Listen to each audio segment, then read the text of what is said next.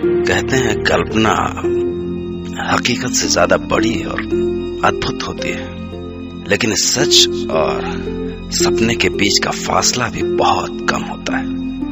कई बार हमारे साथ घटी घटनाएं हमारे लिए तो हकीकत होती हैं, पर औरों के लिए कोरी कल्पना।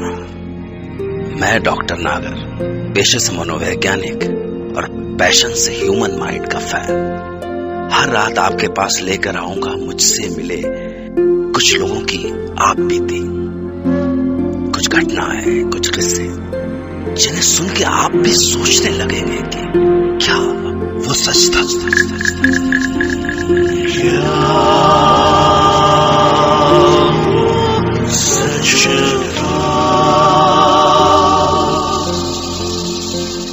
आज हम सुनेंगे मुंबई से अनुज जोशी की कहानी। अनुज, जो भूत प्रेतों की बातों पर विश्वास नहीं करते थे। वो रात थी 16 दिसंबर 2007 की। मैं मुंबई पुणे एक्सप्रेसवे पर तकरीबन 100 के ऊपर की स्पीड से मुंबई वापस आ रहा। बारिश में गाड़ी तेज चलाने का मजा ही कुछ और है। पर मेरी लाइफ में आगे क्या होने वाला था मुझे उसका बिल्कुल भी अंदाजा नहीं था। मैं मस्त बारिश को चीरता हुआ गाड़ी दौड़ा रहा था कि अचानक मेरा ध्यान पेट्रोल इंडिकेटर पर गया एंड आई रियलाइज कि पेट्रोल लगभग खत्म हो चुका है। एज एक्सपेक्टेड अगले 10 सेकंड में ही गाड़ी बंद हो गई। Oh hell, the only way out was डब्बा लेकर पेट्रोल पंप तक जाओ और वापस आओ। तेज बारिश और 5 किलोमीटर का वॉक। खैर, डब्बा लेकर बाहर बारिश में निकला।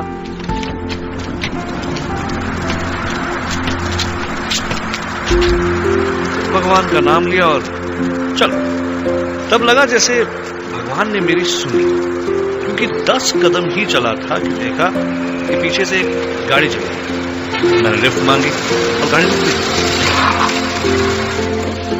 मैंने कांच पर नॉक किया, होपिंग कि मुझे लिफ्ट मिल जाए। लेकिन जब कांच नीचे हुआ, पता नहीं क्यों एक अजीब सा डर लगा।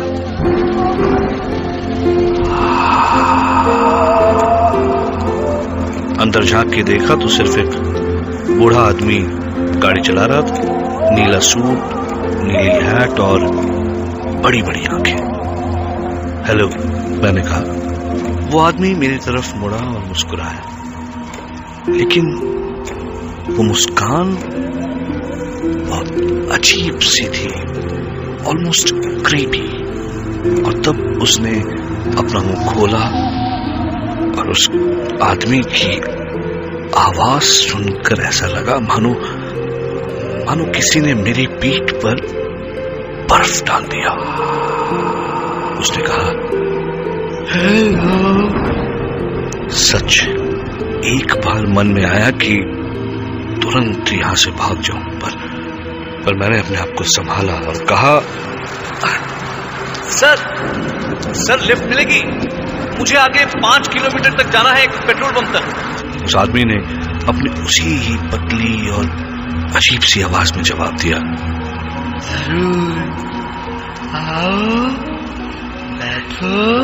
Thank you sir. मैंने एक लंबी सांस ली और गाड़ी में बैठ गया। कई बार कैसे होता है ना, वो कुछ करते ही मन से आवाज आती है कि गलत किया बॉस, गलत किया। बस वैसी ही आवाज मेरे मन में आ रही थी। मैंने फाइनली कहा, हेलो सर, मेरा नाम अनुज है। कॉल मी फ्रेडी। ओके, हाँ, हाय फ्रेडी। वो मेरी तरफ देखकर मुस्कुराया। पतले से सूखे हुए होंठ और पीले रंग के टेढ़े मेढ़े दांत। मेरी तरफ मुस्कुराने के बाद फ्रेडी डिकोस्टा फिर आगे देखने लगा। धीरे धीरे मेरा डर बढ़ने लगा। फाइनली बातचीत करने के इंटेंशन से मेरे मन में जो आया मैंने कह दिया, आप बहुत खुश लग रहे हैं मिस्टर फ्रेडी। ओह यस, मैं बहुत खुश हूँ। मैं कल सुबह अपने एक दोस्त से 4 साल के बाद मिलूंगा। अच्छा, देखो ये है उसकी तस्वीर। और उसने मुझे एक आदमी की तस्वीर दिखाई। मोटा सा आदमी, उम्र लगभग 50। ओह, तो इसलिए फ्रेडी मुस्कुरा रहे थे। मेरी जान में जान आई। थोड़ा गिल्टी भी फील हुआ, लेकिन इससे पहले मैं कुछ कहता, सामने पेट्रोल पंप आ गया। मैंने फाइनली फ्रेडी से कहा, एक बार फिर से thank you sir. Oh sorry Freddie. That is all right. अगर तुम्हें कभी भी मुझसे बात करनी हो तो you can call me. और मेरे हाँ या ना कहने से पहले ही उसने अपनी जेब से कुछ कागजों का बंडल निकाला। काफी पुराने कागज थे वो, और उनमें से उसने एक कागज का कोना फाड़ा और उसमें लिखा फ्रेडी डिकोस्टा और अपना टेलीफोन नंबर और बैंड्रा वेस्ट का अपना एड्रेस। मुझे कागज दे दिया। मैं जैसे ही उतरा, उसने अपनी उसी डरावनी आवाज में कहा, फिर मिलेंगे। बाय।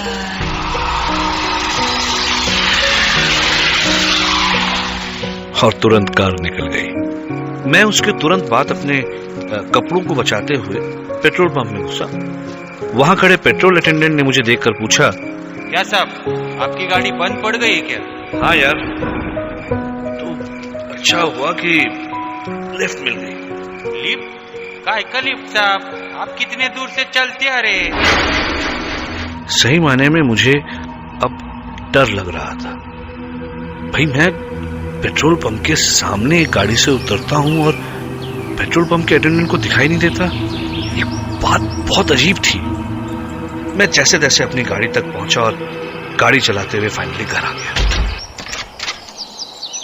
अगले दिन सुबह उठकर ऐसे लगा मानो कि सब तो सपना था। लेकिन मॉर्निंग न्यूज में कुछ देखा तो सब कुछ याद आ गया। एक प्लेन क्रैश की न्यूज टीवी पर आ रही थी। मरने वालों की फोटोग्राफ्स दिखाई जा रही थी और उसमें से एक मरने वाली की तस्वीर थी।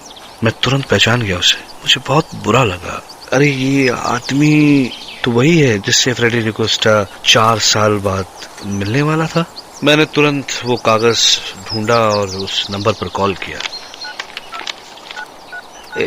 एक औरत ने फोन उठाया और मैंने कहा कि फ्रेडी डिकोस्टा से बात कर सकता हूँ। तो उस औरत ने गुस्से में कहा, What not? क्या मजाक है ये? और फोन रख दिया।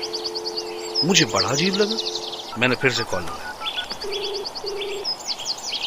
हेलो, अपनी मालकिन या मालिक को फोन दीजिए। और ये कोई बात करने का तरीका है? सामने से औरत ने मुझसे भी ज्यादा गुस्से में कहा, You know, आप मेरे हस्बैंड फ्रेडी डिकोस्टा के बारे में बात कर रहे हैं, जिन्हें मरे 4 साल हो चुके हैं। मुझे अचानक ऐसे लगा जैसे मैं अपनी सीट के अंदर ही धंसता जा रहा हूँ। कुछ समझ नहीं आया। गला सूख गया। कल रात जो मुझे मिला, कहीं वो फ्रेडी का। अब सिर्फ एक ही चारा बाकी था कि मैं उसकी बीवी से जाकर मिलूं।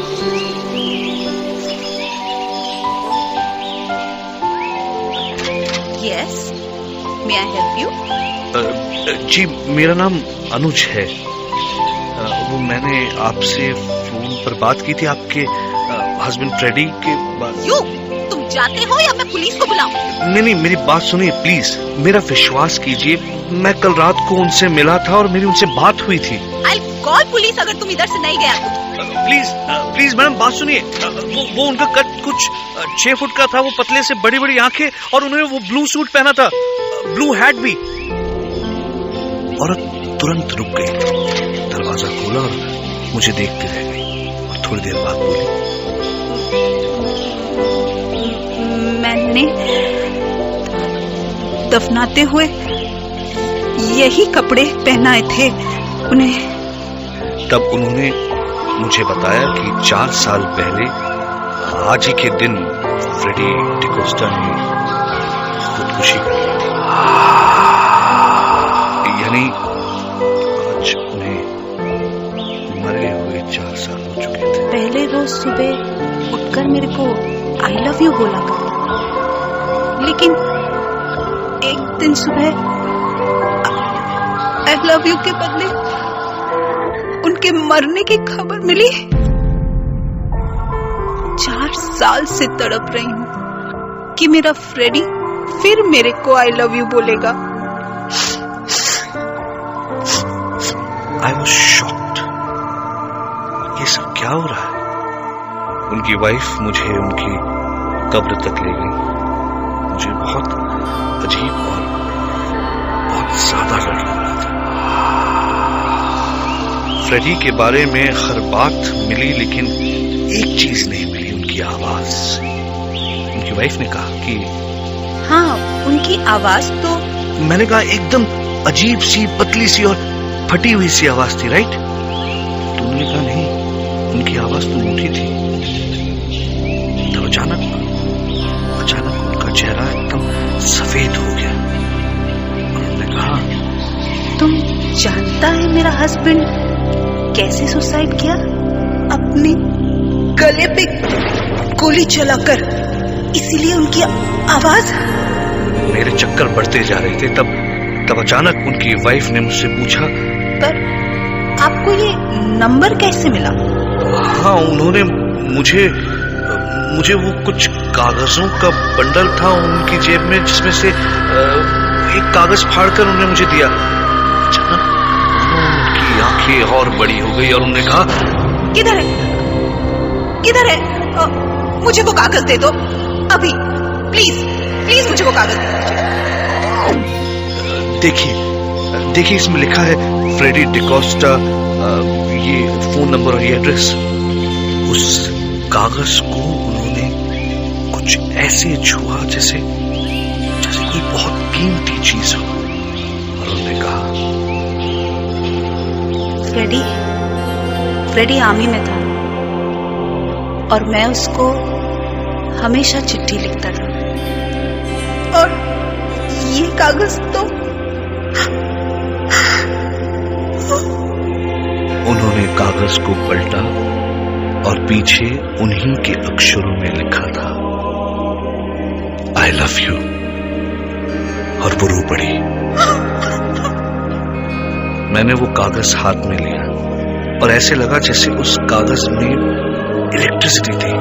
मैंने कहा, देखिए ना, इट्स एज इफ फ्रेडी 4 साल के बाद आपके पास आए हैं और वो आपसे कह रहे हैं। जब मैंने अपने अगले शब्द कहने के लिए मुंह खोला तो मेरी अपनी आवाज मुझे अलग लग रही थी। मैंने कहा,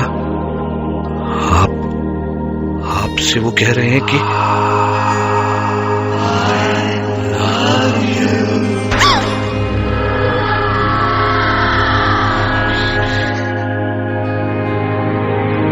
हमारी चेतना पर किसी का जोर नहीं है। सपनों को तो आप बुलाते नहीं हैं, लेकिन वो फिर भी आते हैं। इसी तरह जिंदगी में कुछ पड़ाव भी बिना बुलाए चले आते हैं। क्या सच में फ्रेडी डिकोस्टा मरने के बाद भी अनुज से मिले?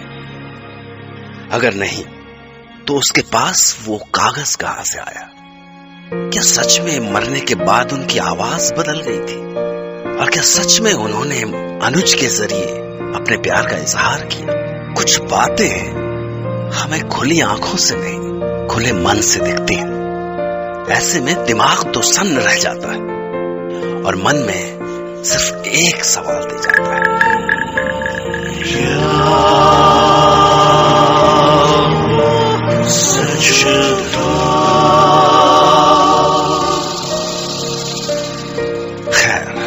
मैं डॉक्टर नागर कल रात आपसे फिर मिलूंगा एक नई सच्ची घटना के साथ। फिर मिलेंगे।